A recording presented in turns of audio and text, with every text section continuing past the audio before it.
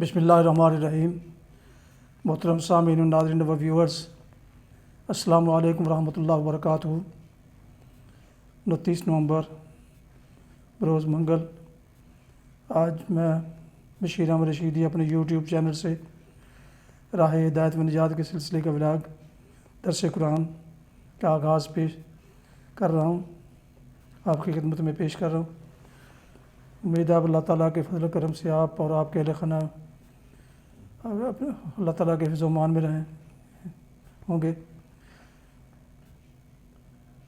شروع کرنے سے پہلے، آج کا ولاگ شروع کرنے سے پہلے آپ سے درخواست ہے کہ اگر آپ نے ابھی تک میرے یوٹیوب چینل کو سبسکرائب نہیں کیا تو سبسکرائب کر کے، لائک کر کے بیل آئیکن کو ضرور پریس کیجیے گا، تاکہ اس طرح آنے والے روحانی اور قرآنی ولاگ جو سراسر باعث خیر، باعث برکت اور باعث ثواب ہیں، وہ آپ تک اور دوستوں تک باقاعدہ اور بر وقت پہنچتے رہیں۔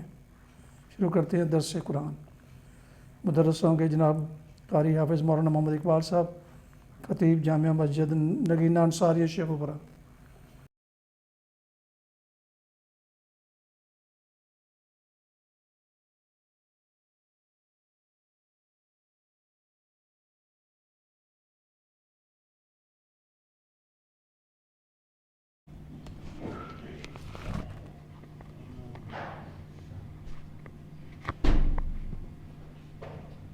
الحمد للہ وکفیٰ والصلاة والسلام علی من لا نبی بعد، اما بعد فاعوذ باللہ من الشیطان الرجیم، بسم اللہ الرحمن الرحیم۔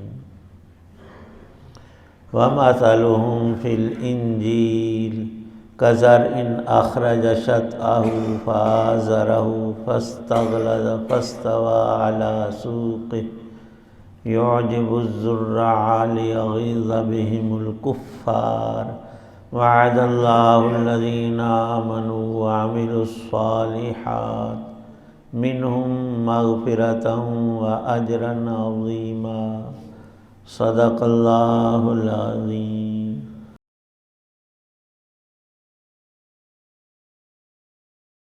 اور انجیل میں ان کی مثال یہ ہے کہ جیسے ایک کھیتی ہو جس نے اپنی کمپل نکالی، پھر اس کو مضبوط کیا، پھر وہ موٹی ہو گئی، پھر اپنے تنے پر اس طرح سیدھی کھڑی ہو گئی کہ کاشتکار اس سے خوش ہوتے ہیں، تاکہ اللہ ان کی اس ترقی سے، ایمان والوں کی ترقی سے کافروں کا دل جلائے۔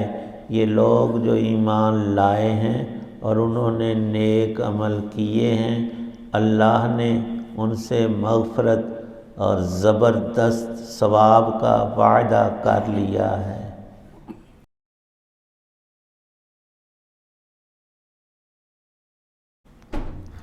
سورہ فتح کی یہ آخری آیت مبارکہ ہے۔ مفسرین کرام نے یہاں بہت اہم نکات اور باتیں اور ہدایت اور نور اور روشنی کا بیان کیا ہے، اور یہاں بالخصوص 12 جملوں کے اندر 12 حصے آیت پاک کے الگ الگ قابل تفسیر ہیں، جن کی تفصیل کے لیے بڑے علماء اعظام نے، یہ منٹوں کی بات نہیں ہے بلکہ دنوں اور ہفتوں اور مہینوں میں بھی اس آیت پاک کے اجزاء کی تفصیل کی تکمیل نہیں ہے۔ حق تعالی شانہ نے اگرچہ بندوں کو تھوڑا علم عطا کیا ہے، لیکن ہم انسانوں کے اعتبار سے وہ بھی بڑا کثیر اور زیادہ ہے۔ بالخصوص علوم قرآنیہ، وحی الہی کی تشریحات، یہ تو ایسے ہی ہے کہ سورج کی روشنی کی پیمائش پورے طور نہ کوئی کر سکتا ہے اور ناممکن ہے، اندازے ہیں اور ان میں بہت بڑا تفاوت بھی ہو سکتا ہے۔ حق تعالی شانہ نے سورہ فتح کی اس آخری آیت کے پہلے جملے میں محمد الرسول اللہ ارشاد فرمایا ہے۔ حضرت رسول پاک صلی اللہ تعالی علیہ وسلم کا یہ نام گرامی 4 جگہوں پر قرآن پاک میں مذکور ہے۔ اس کے علاوہ بہت سے آپ کے صفاتی نام قرآن پاک کی مختلف صورتوں میں موجود ہیں۔ یہاں اس موقع میں چونکہ تقاضا یہی بنتا تھا، کفار نے صلح کے وقت اس لفظ کا انکار کیا کہ ہم محمد الرسول اللہ نہ مانتے ہیں اور نہ لکھنے دیں گے، تو اللہ نے فرمایا کہ میں خود شاہد ہوں، گواہ ہوں، لکھتا ہوں، اور میں نے لکھ رکھا بھی ہے لوح محفوظ میں کہ محمد الرسول اللہ۔ اللہ کے مقابلے میں یہ صرف کفار مکہ ہی کیا، ساری کائنات ایک طرف ہو جائے، اللہ کی بات حق اور ثابت ہے، اور مقابلے میں ہر بات وہ لغو، بیکار اور مٹ کر رہنے والی ہے۔ دوسرا جملہ ارشاد فرمایا والذین معہ، یہ خاص شان جو قرآن پاک کی اس عبارت اور الفاظ سے سامنے آتی ہے، وہ حدیبیہ کے ساتھی نبی پاک صلی اللہ علیہ وسلم کے ہاتھ پاک پر موت کی بیعت کرنے والے اور یہ خاص نور حاصل کرنے والے 1500 کے لگ بھگ صحابہ جن کو حدیبیہ والے کہا جاتا ہے اور اصحاب شجرہ کہلاتے ہیں، نبی پاک صلی اللہ علیہ وسلم نے ایک کیکر کے نیچے یہ بیعت ان سب ساتھیوں سے لی تھی۔ اللہ نے ان کا ذکر بالخصوص والذین معہ سے کیا، جو لوگ حضرت رسول پاک صلی اللہ علیہ وسلم کے ساتھ حدیبیہ میں تھے۔ تیسرا جملہ ارشاد ہے کہ ان کی شان یہ ہے اشداء علی الکفار، کافروں کے مقابلے میں بہت سخت اور مضبوط ہیں، جان مال ہر چیز کی قربانی بخوشی دل دینے کو تیار، لیکن یہ ان کا وصف اصلی نہیں ہے، وہ آگے ہے۔ اگلی بات رحماء بینہم، یہ آپس میں بڑے رحم دل ہیں۔ یہ عجیب 2 متضاد باتیں بیک وقت ذکر فرمائیں، اور مفسرین نے یہی کلام فرمایا کہ ان کا اصلی معاملہ ایمان کے ناطے سے رحم دلی ہے، لیکن جہاں ان کو اللہ کا حکم آ گیا کہ کفار سے ٹکراؤ اور انسانیت کی راہوں سے، ہدایت کی راہ سے روڑوں کو دور کرنا، اس راہ کو صاف کرنا، اللہ کے دشمنوں سے قتال کرنا، یہ رحماء بینہم تو عام حالت ہے۔ اور نکات بھی لکھے ہیں کہ کفار سے بھی رحم دلی کرنی چاہیے، لیکن کوئی کافر وہ مسلمانوں کو نیست و نابود کرنے کی ٹھان لے اور چاہے کہ میں اس راہ کو، ہدایت کے راستے کو مسدود کر دوں، یہاں دیواریں کھڑی کر دوں، کوئی گزر نہ سکے، تو ان دیواروں اور کرنے والوں سمیت ان کو ختم کرنا یہ اللہ کا حکم ہے، تو اس کے لیے لازم تھا اشداء علی الکفار۔ اور اس جملے کی تشریح قرآن پاک کے دیگر مقامات میں بھی موجود ہے۔ رکعاً سجداً، صرف جہاد ہی نہیں کرتے، ان کو اللہ نے کثرت عبادت نصیب فرمائی ہے۔ کئی بندیاں نوں سون وچ بڑے لورے ہوندے نے، وہ آندے نے اسی ستے رہے، کھا لیے تے رچ طرح پھر سو جائیے، پھر کھا لیے پھر وہ ایک دوست بتاتا تھا کہ ان پہاڑی علاقوں میں جہاں ریچھ برفانی علاقے ہوتے رہتے ہیں نا، تو انسان تو ٹھکانے بدل لیتے، ان کے 2-3 جگہ ہوتی ہیں، زیادہ برفیلی جگہ جب برف باری ہوتی ہے وہ نیچے آ جاتے ہیں، جہاں کم ہوتی نہیں ہوتی، وہاں بھی ہو تو اور نیچے کی طرف جہاں نہ ہو، لیکن رچ نہیں ہوندے، وہ نہ اپنے کھڈے، وہ کیا کرتے ہیں جنگلی کوئی بوٹی جیسے ہمارے ہی ہے، پیاز اور لہسن ہے نا، اس طرح کا کو ہوتی ہے چیز، وہ ریچھ اس کو اکٹھا کرتا ہے، وہ لے جاتا ہے اپنے غار میں نا، گٹھ کے گٹھ۔ کیوں؟ اس نے 6 مہینے غار میں ہی رہنا ہے، ستیاں 2-4 گنڈے کھا لینا ہے، جس لئے انہوں بھوک جو کھلا پھر سو جائیں۔ حضرت امام ابو حنیفہ علیہ الرحمہ کے استاد تھے حضرت ابراہیم نخعی علیہ الرحمہ، بڑی پیاری دعا فرماتے تھے، اللہم اقلل نومتی و اکثر عبادتی، اے اللہ میری نیند کو کم کر دے، تھوڑا سوں، 1-2 گھنٹے 2-4 گھنٹے، باقی تم نے کیا؟ فرماتے تھے یا اللہ مجھے توفیق دے باقی بیدار رہ کر رج کے تیری عبادت کرا۔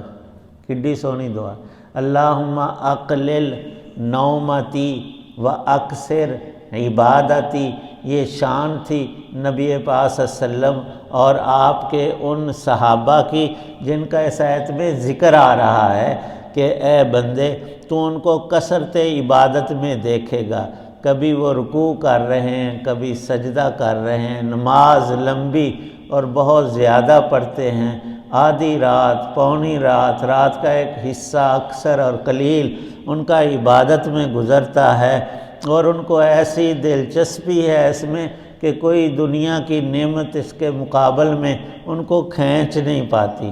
وہ اللہ کی یاد میں بالخصوص نماز میں لگے رہتے ہیں، رکعاً سجداً، رکوع کرتے ہیں، سجدہ کرتے ہیں۔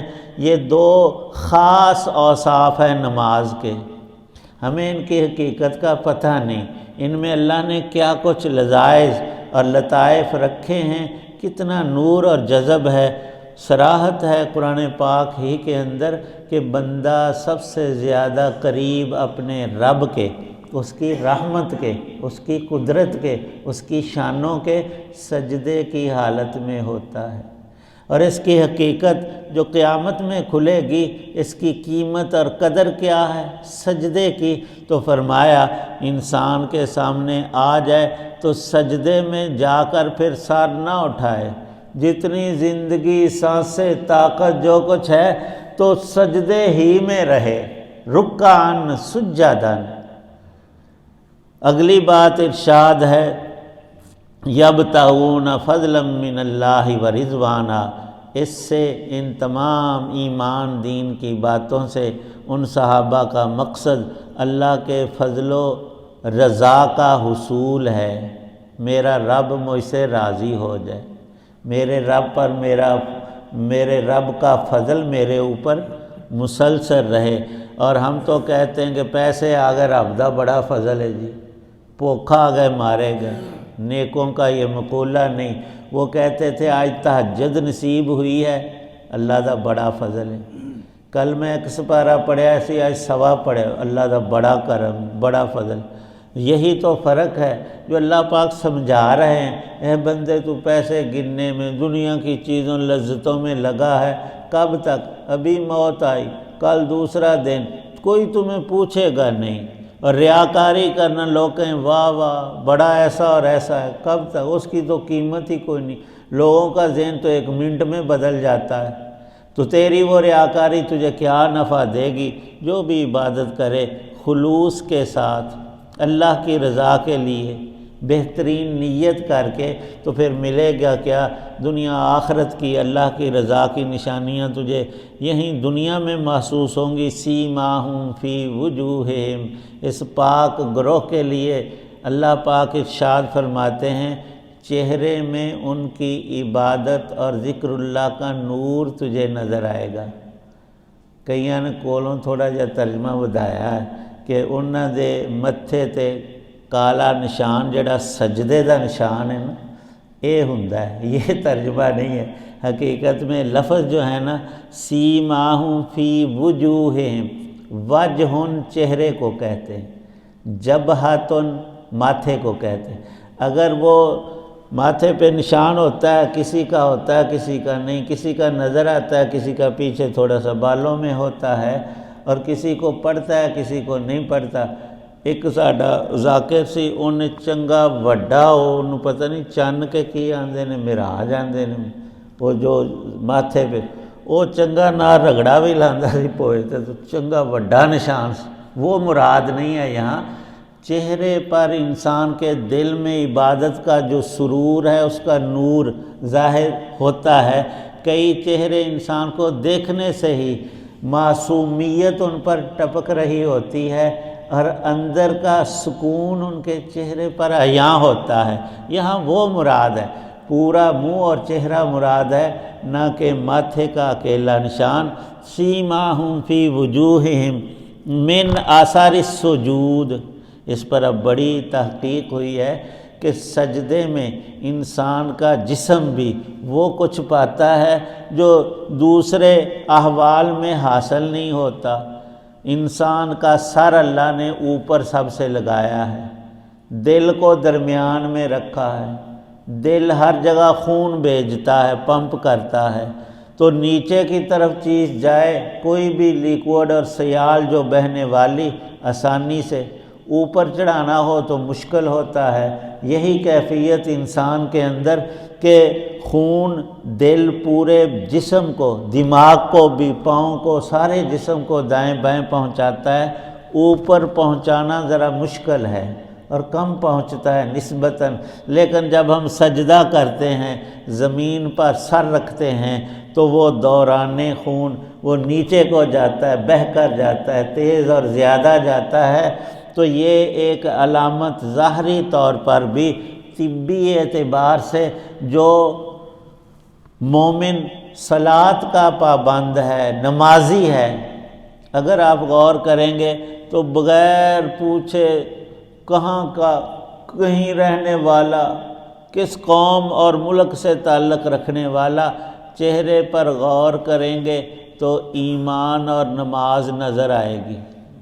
نمازیوں کا چہرہ اللہ نے دنیا ہی میں منور کیا ہے۔ منور سے مراد یہ ہے کہ اس کے اندر معصومیت، جاذبیت، ایک کشش، اور دیکھنے والے کو لطف اور مزہ آتا ہے۔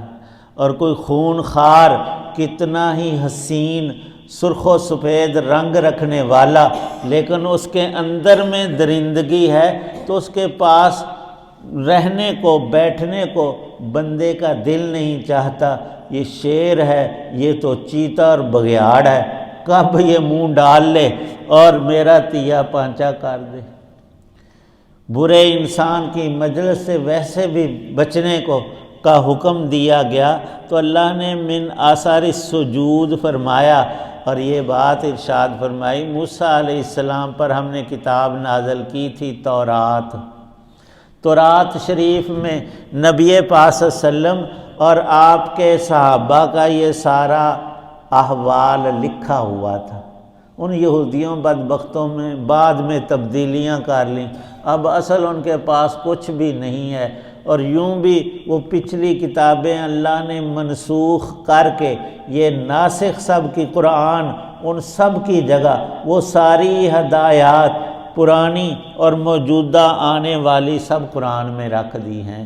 اور آگے انجیل شریف کا ذکر فرمایا، وہاں ایک اور عجیب مثال، ان قدسی صفات حضرات صحابہ اکرام کی آخری آیت جو ابھی پڑھی ہے، اس کی تشریح تھوڑی سی انشاءاللہ کل کریں گے۔ الحمدللہ رب العالمین والصلاة والسلام علی رسول النبی، اللہم صلی علی سیدنا محمد النبی الامی وآلہ وآلہ وسلم۔ یا اللہ پاک ہم سب کی پریشانیوں کو دور فرما، بیماروں کو تندرستی عطا، سب مسلمانوں کو پکا نمازی بننے کی توفیق، ہمیں خود، اپنے گھر والوں، بیوی بچوں، والدین، اڑوس پڑوس سب کو نماز کی تلقین کرنے کی بھی توفیق عنایت۔ یہ نہیں کہ میں نے پڑھ لی بس بخشش ہوگی، نہیں، جتنے متعلقین ہیں ان کو بھی نماز پر لانا، یہ اقامت صلاۃ ہے۔ اللہ نے اقیم الصلاۃ کا حکم ارشاد فرمایا، نماز قائم کرو۔ قائم تب ہے ہم بھی پڑھیں، ہمارے متعلقین بھی، اور سب مسلمانوں میں رائج ہو جائے۔ یہ اللہ کی عظیم ترین عبادت، جنت میں سب مسلمان داخل تو ہوں گے لیکن تڑپیں گے کہ یا اللہ ایک سجدے کی اجازت دے دے۔ اللہ فرمائے گا نہیں، یہاں سجدے وجدے نماز یہاں نہیں ہے، یہاں تو جو دنیا میں تم پڑھا ہے تو اس کا ثواب ہے، اجر ہے، مرتبہ ہے، یہاں کوئی انسان مکلف نہیں۔ تو حق تعالی شانہ نے یہ دنیا ہی میں نعمت رکھی ہے، یہ نماز، یہ رکوع، یہ سجدہ بہت ہی عظیم اور قیمتی ہیرے اور جواہرات ہے۔ کسی کا ہاتھ پڑتا ہو نا کہ بہت کسی بادشاہ نے اور سخی نے خزانہ کھولا کہ یہاں 2 ہیرے لے لو، 1 کروڑ قیمت، تو انسان کا دل چاہے گا یار 3 دے دو، 4 دے دو۔ یہ ہیرے ہیں، یہ جو ایک سجدہ نماز کا ہیرا تو کچھ بھی نہیں ہے، یہ بہت ہی گرا انسان کا سرمایہ۔ مسلمان کے لیے نماز سے بڑھ کر کوئی چیز ہونی نہیں چاہیے۔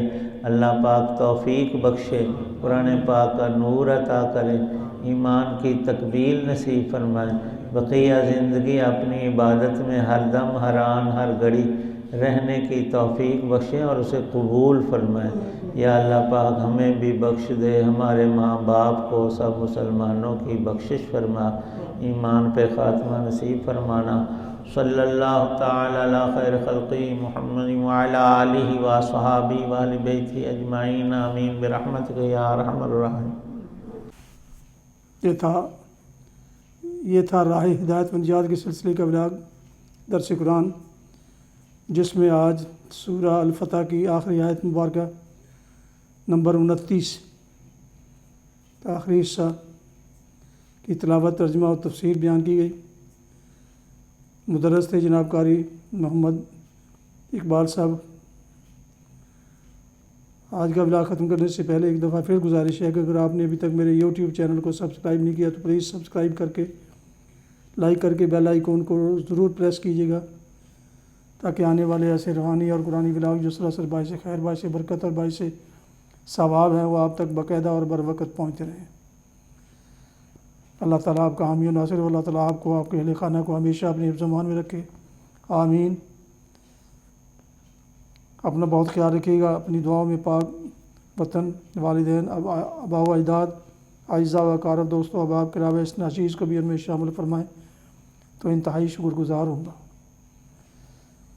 ختم کرنے سے پہلے ایک دفعہ پھر اس دعا کے ساتھ کہ آپ اور آپ کے اہل خانہ جہاں بھی رہیں خوش رہیں، شاد باد رہیں۔